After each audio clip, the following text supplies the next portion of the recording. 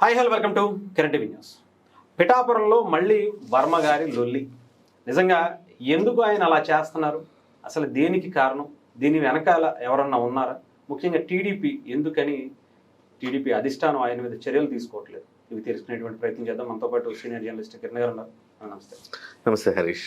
మీరు చూసుండొచ్చు, వర్మ గారి లొల్లి మొదటి నుంచి ఉంది, ఇప్పుడు ఇంకా ఎక్కువైపోయింది. ఇంకా ఒక రేంజ్లో తీసుకువెళ్తున్నారేమో అనిపిస్తుంది. ముఖ్యంగా రాష్ట్రంలో ఎక్కడ జరిగినా అది వేరు, కానీ పిఠాపురం అంటే పవన్ కళ్యాణ్ గారిని నిలుచుకోవాలి. అసలు ఎందుకని పదే పదే వర్మ గారు ఇలా చేయటం? దీన్ని ఎక్కడా కూడా ఎండు కార్డు పడేటువంటి పరిస్థితి టీడీపీ కూడా తీసుకోకపోవడం, దాని మీద ఎప్పుడు కూడా ఒక మాట్లాడడం కావచ్చు, ఒక షోకాజ్ నోటీస్ ఇవ్వడం కావచ్చు, మీరు ఆగండి అని చెప్పడం కావచ్చు, ఏది జరగట్లేదు. ఇది చాలా వరకు అందరికీ, జనసేన అభిమానించే వాళ్ళందరికీ వచ్చేటప్పుడు ఏంటంటే, వర్మని ఎందుకు తెలుగుదేశం పార్టీ ప్రోత్సహిస్తోంది? ఒక రకంగా చెప్పాలంటే ఏమో చంద్రబాబు నాయుడే వర్మని అట్లా ఎగదోసి అక్కడ ఒక కాంట్రవర్సీ క్రియేట్ చేస్తూ ఉండు, అండ్రెస్ట్ వచ్చేలా చెయ్యి అంటారేమో అని చాలామంది జనసేన హార్డ్ కోర్ అభిమానులు అనుకుంటారు. కానీ ఇప్పుడు మన పై స్థాయిలో చూస్తే చంద్రబాబు నాయుడు గారు కావచ్చు, లేకపోతే లోకేష్ గారు కావచ్చు, జనసేన అధినేత పవన్ కళ్యాణ్ గారికి అత్యంత గౌరవ మర్యాదలు ఇస్తూ ఉంటారు. కొన్ని చోట్ల తప్పిదాలు జరుగుతూ ఉంటాయి, సహజం అవన్నీ.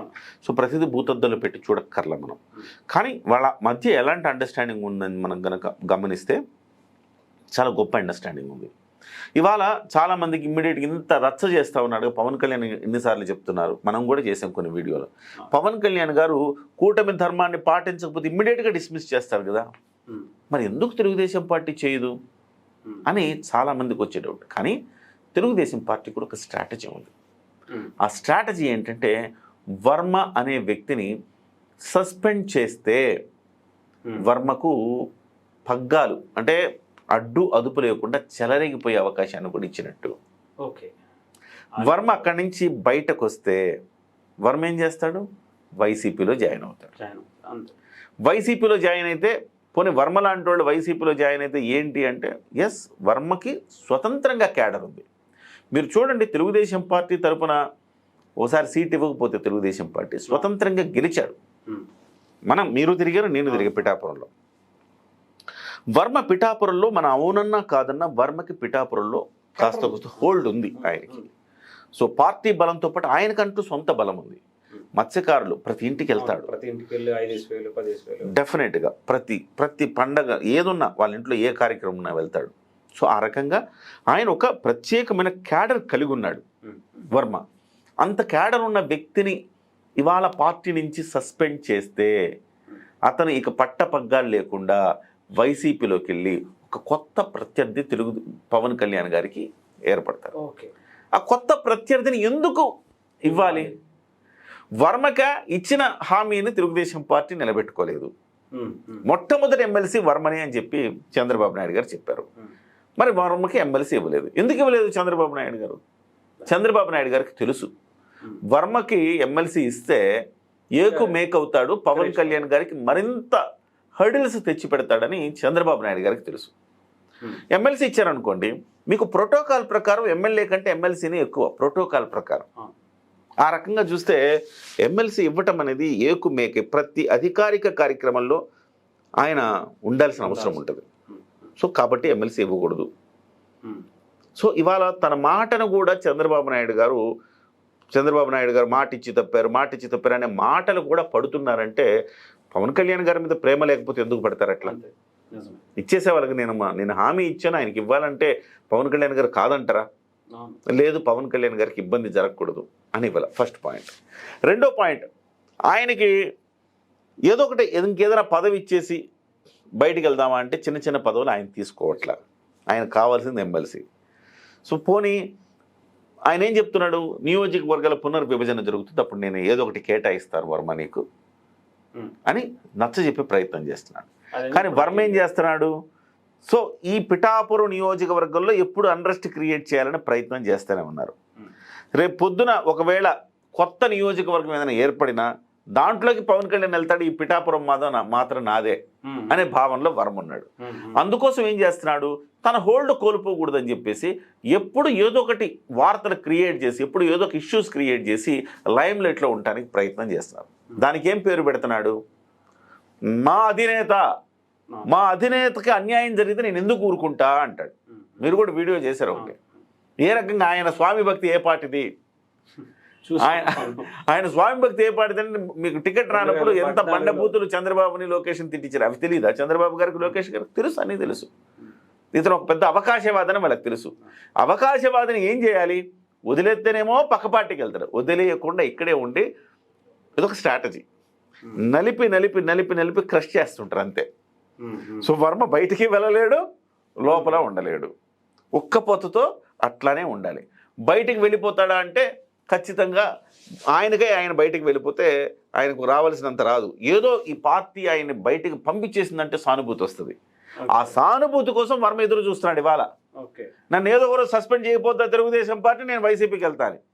ఇప్పుడు వైసీపీలోకి ఎందుకు? వంగవీటి గీత అంత రెబల్గా పోరాడలేదు. వంగా గీత అంత వర్మలాగా ఇష్యూస్ క్రియేట్ చేసి రెబల్గా పోరాడలేదు. సో కాబట్టి వంగా గీత అక్కడ ఫిట్ కాదు పవన్ కళ్యాణ్ మీద పోరాడటానికి. పెండెన్ దొరబాబు ఆల్రెడీ జనసేన పార్టీలోకి వచ్చేసాడు.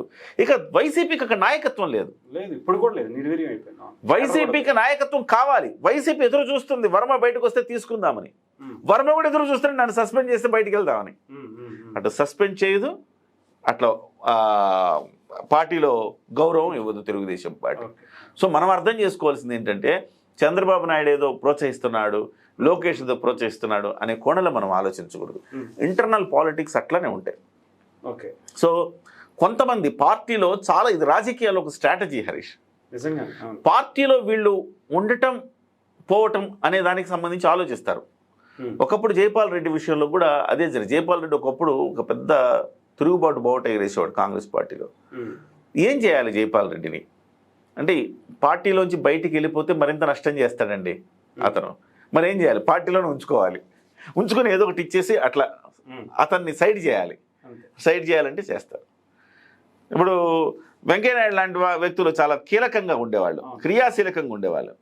మరీ క్రియాశీలకంగా ఎక్కువ ఉంటున్నాడు వెంకయ్యనాయుడు అని చెప్పేసి ఉపరాష్ట్రపతి చేశారు.